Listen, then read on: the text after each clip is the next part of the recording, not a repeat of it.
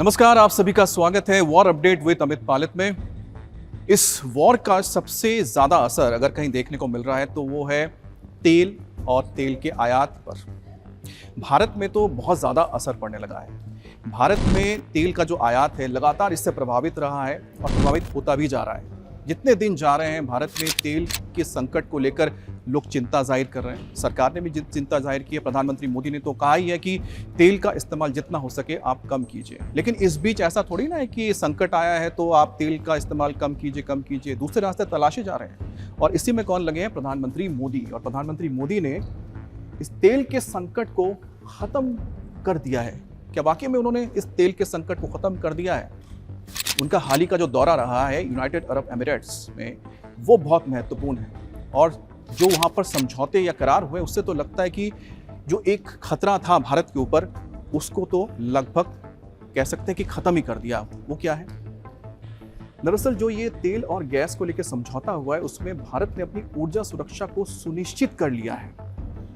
अब ये है फ्यूल सिक्योरिटी आपके लिए, एनर्जी सिक्योरिटी, जो सबसे महत्वपूर्ण है कि आपके पास स्टॉक में इतना तेल होना चाहिए कि आप कई दिनों तक, कई महीनों तक अपने देश को तेल दे सकें। और तेल का आयात नहीं हो पा रहा है तो भी आप इस भंडार से अपना काम चला सकें। अब भारत के पास ऐसे स्ट्रैटेजिक रिजर्व थे ही नहीं। पहली बार इसके बारे में सोचा गया और उसको दायरे को बढ़ाया गया है। बहुत कम हुआ करता था। अब यूएई में जो करार हुआ उसमें यूएई भारत में 30 मिलियन बैरल तेल का भंडारण करेगा। 30 मिलियन।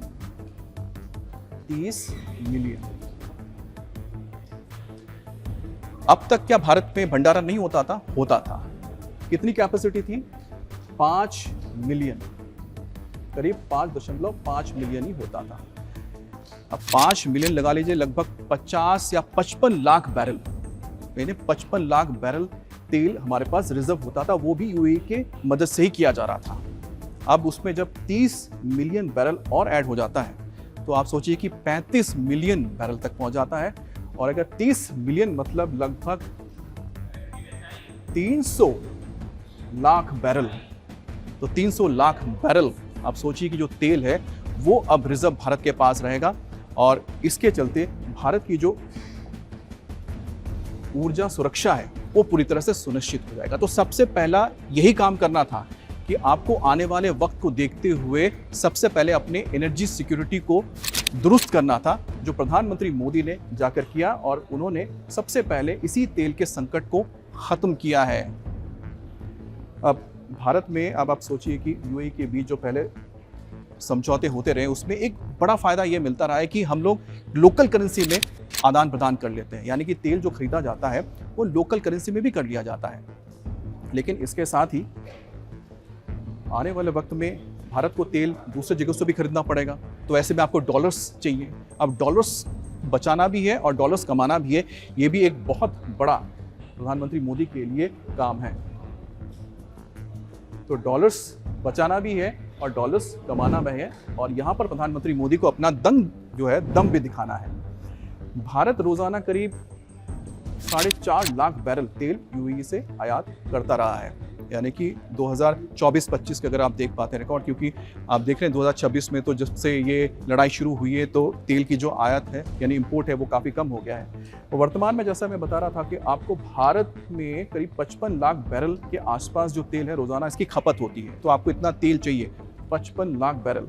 अब आप याद कीजिए, मैंने आपको कहा था कि भारत में 5.5 मिलियन जो बैरल तेल है इसकी स्टोरेज है, यानी कि जो आप स्ट्रैटेजिक स्टोरेज की तरह रखते हैं। अब उसमें प्लस हो गया है करीब 30 मिलियन बैरल। तो आप समझिए कि जो रोज़ाना की जो आपकी खपत थी उससे कई ज़्यादा आपके पास अब तेल का भंडारण होगा। और जो आने वाले वक्त में अगर हॉर्मुज़ नहीं खुलता है, लड़ाई लंबी खिंचती है या लड़ाई होती नहीं है, गतिरोध बरकरार रहता है, तो भी भारत के लिए ये तेल का संकट बरकरार रहता। लेकिन ये जो करार हुआ है उसने भारत के लिए आप कह सकते हैं संकट को काफ़ी हद तक खत्म कर दिया है, क्योंकि प्रधानमंत्री मोदी ने सही वक्त में सही फैसला लिया है। सही वक्त में सही फैसला लिया। इसके अलावा आप देख ही रहे हैं कि जो डॉलर और साथ ही साथ तेल के जो दाम हैं वो किस कदर बढ़ते जा रहे हैं। 72 रुपये प्रति बैरल हुआ करता था, अब $110 प्रति बैरल तक पहुंच गया है। और जो जानकार है उनका मानना है कि आने वाले वक्त में ये बढ़ के 180 तक जा सकता है। समझ रहे हैं, $180 प्रति बैरल तक जा सकता है, ये कुछ जानकार हैं और जो इकोनॉमिस्ट हैं वो कह रहे हैं। तो ऐसे हालात में आप समझ सकते हैं कि तेल का अगर आप आयात करेंगे तो आपको कितना ज़्यादा पैसा देना पड़ेगा और कीमत कितना आगे बढ़ सकता है। और उसके लिए ज़रूरी है कि अपने रिजर्व को लगातार आप बढ़ाते जाएं, ताकि इस तरह के जब हालात पैदा हो जाएं, जब बहुत दाम बढ़ जाते हैं, तब आप अपने रिजर्व से थोड़ा बहुत तेल इस्तेमाल करें और एक बैलेंस बना रहे, कीमतें बहुत ज़्यादा ऊपर ना जाएं। लेकिन तेल का तो संकट खत्म हो गया है लगभग, क्योंकि आपने अपने जो सिक्योर किया है स्ट्रेटेजिक रिजर्व को यूएई के साथ मिलकर। अब बारी आती है कि अब डॉलर कहाँ से लाएंगे, क्योंकि दुनिया की तो पूरी अर्थव्यवस्था को चरमरा दिया एक तरह से इस युद्ध ने। अब जब कमाएंगे नहीं तो आप देंगे क्या? सिर्फ आपको डॉलर्स देते जाना है, डॉलर्स कमाना भी तो। उसके लिए प्रधानमंत्री मोदी ने एक बहुत महत्वपूर्ण यात्रा का वक्त चुना है और यूरोप की यात्रा पर गए प्रधानमंत्री मोदी। ये वक्त बहुत महत्वपूर्ण है, जिस वक्त पूरी दुनिया में युद्ध के हालात बने हुए हैं, इकोनॉमीज के ऊपर बहुत ज़्यादा प्रेशर आ रहा है। जो डेवलप कंट्रीज हैं वो भी इससे नहीं बच पा रहे हैं, ना चीन बच पा रहा है, ना अमेरिका बच पाया। अमेरिका में तो करीब 44% तक वृद्धि की गई है तेलों के दामों में, और चीन में भी करीब 30% से ज़्यादा हुई है। और भारत में देखेंगे तो करीब 3-4% ही अभी तेल के दाम बढ़े। हालांकि आगे बढ़ने की गुंजाइश है, तो उसके लिए भी आप तैयार रहिए। लेकिन जब आप इन बड़े इकोनॉमिक्स की बात मैं कर रहा हूँ, क्योंकि अमेरिका और साथ में जो चीन है, ये दुनिया के सबसे बड़े इकोनॉमीज है। अगर वहाँ पर इतना दबाव बढ़ा है तेल के दामों को लेकर, तो आप सोचिए कि भारत के ऊपर कितना पड़ सकता है या पड़ने जा रहा है आने वाले वक्त में। और उसी लिए आपको चाहिए कि आपकी अर्थव्यवस्था चलती रहे, आयात और निर्यात होता रहे, भारत में इन्वेस्टमेंट आता रहे और भारत भी आयात ज़्यादा करे, ताकि डॉलर्स आप कमा सकें। और इसीलिए ये यात्रा बहुत महत्वपूर्ण है। नॉर्डिक देशों के साथ बेहतर संबंध का फायदा भारत को मिलेगा। जी हाँ, नॉर्डिक देश।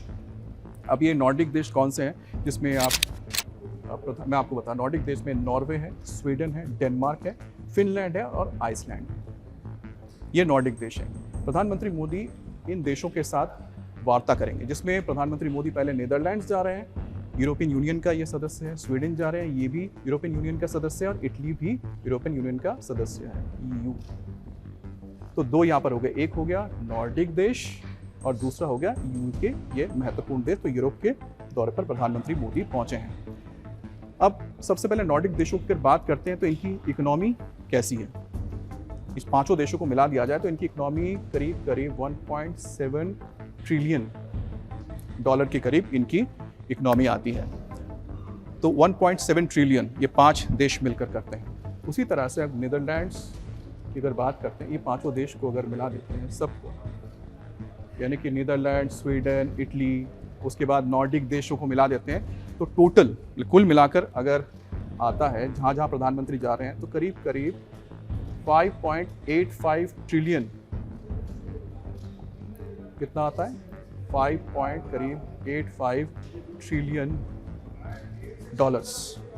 यानी प्रधानमंत्री जब इन देशों के साथ बातचीत करेंगे, इन देशों के साथ व्यापार को बढ़ाने की बात करेंगे, तो आप कुल मिलाकर करीब 6 ट्रिलियन डॉलर की इकोनॉमी के साथ अपने रिश्तों को बेहतर बनाएंगे। और भारत की भी अब जो इकोनॉमी है करीब 4.5 ट्रिलियन डॉलर, या सच थोड़ी कम आगे पीछे हो सकती है, क्योंकि इस वक्त डॉलर के दाम ऊपर नीचे जा रहे हैं और जो आर्थिक स्थिति है पूरी दुनिया में, अर्थव्यवस्था की स्थिति है उस हिसाब से। लेकिन भारत भी करीब 4.5 ट्रिलियन डॉलर की इकोनॉमी। और भारत, प्रधानमंत्री मोदी जिन इन देशों के साथ जो अब समझौते होंगे, बातचीत होगी, करार होंगे, तो उससे आप करीब 6 ट्रिलियन डॉलर की इकोनॉमी के साथ अपने व्यापार को बढ़ाएंगे। अब इससे फायदा किसको होगा? भारत को होगा। जी हाँ, क्योंकि ये देश भी चाहते हैं कि उनकी जो अर्थव्यवस्था है उसको गति मिले। अब भारत और नॉर्डिक देशों का जो सम्मेलन है, स्टॉकहोम में 2018 में पहली बार हुआ, उसके बाद दूसरा कोपेनहेगन में हुआ 2022 में, अब तीसरा होने जा रहा है ओस्लो में, जहाँ प्रधानमंत्री मोदी नॉर्वे पहुँच चुके हैं। और 2024 में भारत और नॉर्डिक देशों के बीच करीब 19 अरब डॉलर तक का कारोबार रहा है 2024 में। और भारत में 700 से ज़्यादा नॉर्डिक कंपनियां, मतलब Denmark, Sweden, Norway, Finland, Iceland, यहाँ की कुछ जो बड़ी बड़ी कंपनियां हैं वो भारत में इस वक्त काम कर रही है। तो इसको और गति देनी होगी। अब नीदरलैंड्स वैश्विक स्तर पर भारत का 11वां सबसे बड़ा साझेदार है, जहां प्रधानमंत्री मोदी यूरोप में सबसे पहली बार गए थे। और तीसरा सबसे बड़ा निर्यातक, या हमको निर्यात करते हैं, एक्सपोर्ट करते हैं, क्योंकि देखिए निर्यात करना पड़ेगा आपको, डॉलर्स आपको कमाने हैं ताकि आप तेल के लिए पैसा दे सकें। 2025 तक करीब 24-25 में 27.8 अरब अमेरिकी डॉलर का व्यापार हमने किया है नीदरलैंड्स के साथ, और भारत का ये चौथा सबसे बड़ा निवेशक है। कई बड़ी बड़ी कंपनियां जो भारत में काम कर रही हैं, अब से नहीं सालों से काम कर रही हैं, क्योंकि नीदरलैंड्स यानी कि डच उपनिवेश हुआ भी करता था भारत में बहुत सारे जगहों पे, तो भारत में बहुत पहले से इनकी मौजूदगी है, तो ये भारत का चौथा सबसे बड़ा निवेशक है। अब हम बात करते हैं स्वीडन की, क्योंकि प्रधानमंत्री मोदी स्वीडन भी गए, उनको स्वीडन का जो सबसे बड़ा नागरिक सम्मान है सम्मानित भी किया गया। और स्वीडन में यूरोप के सबसे बड़े महत्वपूर्ण खनिज के भंडार है। अब ये भंडार किसके हैं? वही खनिज जिसके लिए आपको सेमीकंडक्टर बनाने की ज़रूरत पड़ती है, सेमीकंडक्टर बनाने के लिए जो आपको खनिज चाहिए, इसके अलावा जो इलेक्ट्रिक गाड़ियों के लिए लिथियम बैटरीज बनाने के लिए जो आपको खनिज चाहिए, ये तमाम जो खनिज भंडारण है ये मौजूद है स्वीडन में। और भारत को ये चाहिए, क्योंकि भारत को अपने इलेक्ट्रिक कार्स के बाज़ार को बढ़ाना है, सेमीकंडक्टर इंडस्ट्रीज भारत को यहाँ पर बढ़ाना है, रक्षा इलेक्ट्रॉनिक्स यानी कि डिफेंस के क्षेत्र में इस वक्त स्वीडन काफ़ी काम कर रहा है, और इनके कई सारी ऐसी कंपनीज़ हैं जैसे ग्रिपेन है, इसके अलावा बोफोर्स गन हम इस्तेमाल करते हैं, ये भी स्वीडिश गन है। तो यहाँ की जो कंपनीज़ है, रक्षा कंपनियाँ या डिफेंस कंपनीज़, वो भी चाहते हैं कि भारत में आए, भारत में जॉइंट मैन्युफैक्चरिंग कर सके। तो ये अहम कुछ क्षेत्र हैं जहाँ पर प्रधानमंत्री मोदी ने वहाँ जब गए थे बातचीत की है, और कई सारे समझौते हुए। समझौते के बारे में भी आगे आपको डिटेल में बताएंगे क्या क्या समझौते हुए हैं, लेकिन इस वक्त आप ये समझ लीजिए कि ये जो दौरे हैं ये भारत के व्यापार के लिहाज से बहुत महत्वपूर्ण है।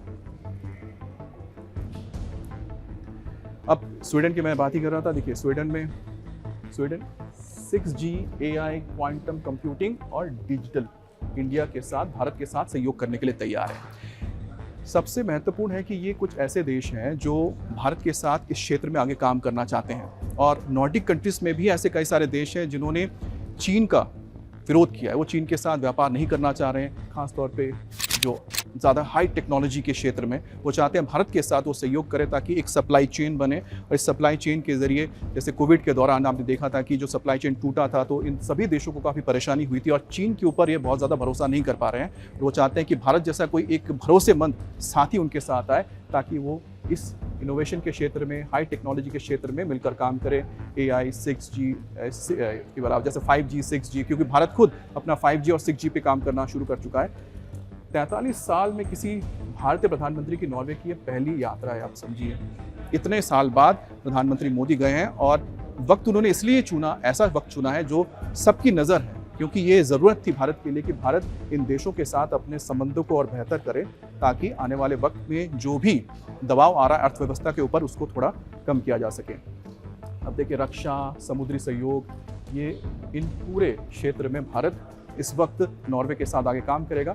2024-25 में भारत नॉर्वे के बीच करीब 1 अरब अमेरिकी डॉलर का व्यापार रहा है, जिसमें आयात और निर्यात दोनों ही शामिल है, और लगभग मान के चलिए एक ही मतलब इसमें बैलेंस है। प्रधानमंत्री मोदी इटली के प्रधानमंत्री से भी मिलने जाएंगे।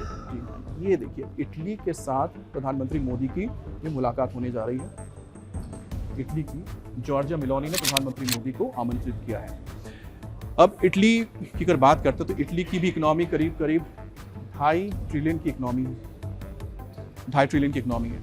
अब 2.5 ट्रिलियन की इकोनॉमी है तो जाहिर सी बात है कि भारत की कोशिश होगी कि ऐसे ही देशों के साथ जब आपके बेहतर संबंध होंगे तो आप अपने व्यापार को और बढ़ा सकते हैं। आयात निर्यात होगा तो भारत यहाँ पर डॉलर कमा सकता है। डॉलर कमाना है आपको, अपने अर्थव्यवस्था को भी लगातार गति देनी है। एक महत्वपूर्ण चीज़ है जो यहाँ पर इटली के साथ हमें नज़र में रखनी चाहिए, वो है India middle east economic Europe medical. यहाँ पर आओ तो मैं आपको दिखा देता हूँ। India middle east Europe economic corridor, ये आपको जो कॉरिडोर मैं आपको दिखा रहा हूँ, देखिए ये जो कॉरिडोर आपको दिखा रहे हैं, ये भारत से यहाँ से होता हुआ पूरा सीधा यूरोप तक पहुँचेगा। तो ये जो India middle east Europe economic corridor है, ये भारत के लिए बहुत महत्वपूर्ण है और प्रधानमंत्री मोदी का एक ये ड्रीम प्रोजेक्ट है। और इसमें इटली भारत के साथ शामिल है, जो कह सकते हैं फाउंडिंग मेंबर्स हालांकि ये युद्ध के वजह से, फिर ईरान इजराइल युद्ध के वजह से ये लंबे वक्त तक ये बिल्कुल बंद रहा है, इसमें आगे काम नहीं हो पाया है। और जैसे ही इस पर फिर से काम होने की चर्चा शुरू हुई, ईरान के साथ युद्ध शुरू हो गया, तो ऐसे में आप समझ सकते हैं कि भारत की कोशिश होगी कि एक बार फिर से इसको गति दी जाए इटली के साथ मिलकर। और जब तक ये नहीं हो पा रहा है तब तक इटली के साथ रक्षा क्षेत्र हो या दूसरे और भी कई क्षेत्र हैं जिसमें दोनों देश मिलकर साथ में काम कर सकते हैं। और कुल मिलाकर देखा जाए तो इस वक्त अमेरिका के साथ इटली के संबंध आप कह सकते हैं कि ओके है। और भारत के लिए बहुत अच्छा समय है कि भारत इस वक्त अमेरिका जैसे देश पर बहुत ज़्यादा निर्भर नहीं कर सकता है, क्योंकि अमेरिका कहीं ना कहीं चीन के साथ थोड़ा ज़्यादा करीब जाने की कोशिश कर रहा है। वो उसके अपने इंटरेस्ट हैं, जिसमें ईरान भी एक महत्वपूर्ण कड़ी है। और भारत के लिए इसलिए ज़रूरी हो जाता है कि वो उन देशों के साथ, खासतौर पे जैसा मैंने आपको बताया, खासतौर पे यूरोप के साथ भारत अपने संबंधों को बेहतर करे। अब अगर हम यूरोप की बात करते हैं, ईयू की, तो ईयू की इकोनॉमी कितनी बड़ी है? करीब 20 से 25 ट्रिलियन डॉलर की इकोनॉमी है। 20 से 25 डॉलर की ईयू, करीबन 20 से 25 ट्रिलियन डॉलर। अब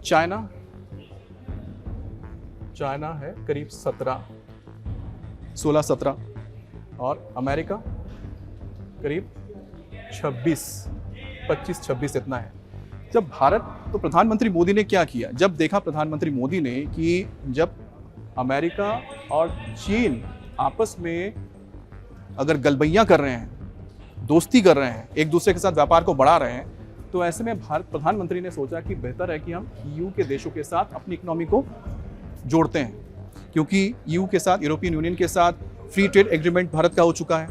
और उन्हीं देशों के साथ प्रधानमंत्री मोदी इस वक्त दौरे पर गए, उन देशों के साथ बातचीत हो रही है, उनके साथ समझौते हो रहे हैं। तो टोटल इकोनॉमी ईयू की तो अब करीब 20 से 25 ट्रिलियन डॉलर की है, जो लगभग अमेरिका के बराबर है और चीन से ज़्यादा है। तो ये है सोच, और ये है प्रधानमंत्री मोदी का दम, कि प्रधानमंत्री मोदी ने तय किया कि इस युद्ध के दौरान सीधा क्या करना है, अपना दम दिखाना है।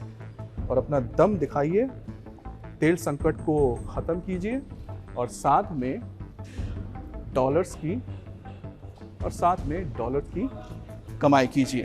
तो प्रधानमंत्री मोदी का ये यूएई दौरा तेल को लेकर संकट को दूर करना था, भारत के अंदर तेल के रिजर्व को बेहतर बनाना था, और साथ ही यूरोप के दौरे के साथ प्रधानमंत्री ने अपनी अर्थव्यवस्था को संकट से उभारने का रास्ता भी चुना है। और साथ ही साथ क्या किया है, साथ ही साथ इस दौरान अमेरिका से ज़्यादा यूरोप पे अपने आप को फोकस किया है, ताकि अमेरिका के ऊपर हमें निर्भर ना रहना पड़े इकोनॉमी के लिहाज से, अर्थव्यवस्था के लिहाज से।